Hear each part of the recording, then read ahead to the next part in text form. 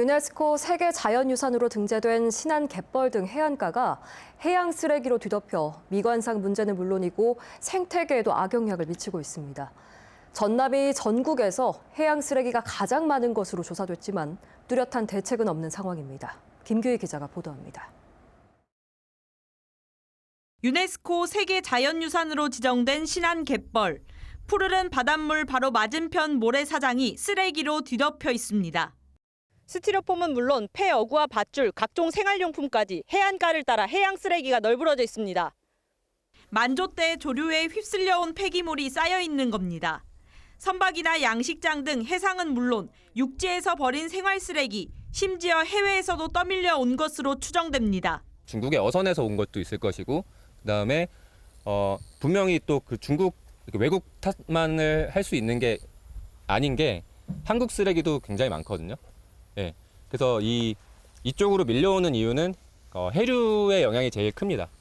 최근 5년 동안 전남 지역 해양 쓰레기 수거량은 19만 7천여 톤으로 전국에서 30.3%를 차지해 가장 많았습니다.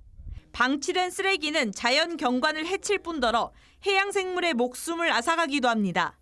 또 잘게 부서진 미세 플라스틱이 바다로 다시 흘러들어가 어류 등 해산물에 유입되면 그것을 먹는 사람 건강에도 악영향을 미칠 수 있습니다.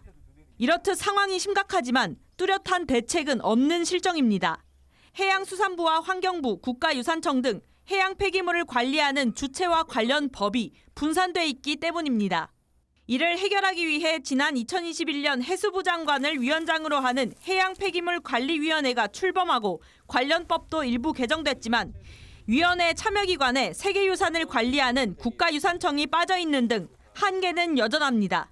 관리 시스템을 만들었지만 일단은 각 법이 따로 놀기 때문에 그 해양 쓰레기 문제뿐만 아니라 여러 가지 이제 문제들이 해양 보호구역 내에서 좀 제대로 관리가 되도록 해양 보호구역 기본법이 제정이 돼야 된다고 생각합니다.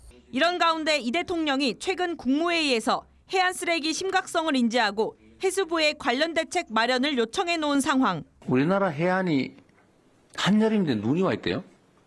스티로폴이죠, 그거. 해양 쓰레기. 그거 어떻게 좀 해야 되는 거 아니에요? 대통령 요구에 힘입어 해양 쓰레기 문제 해결에 속도가 붙을 수 있을지 관심이 모입니다. MBC 뉴스 김규희입니다.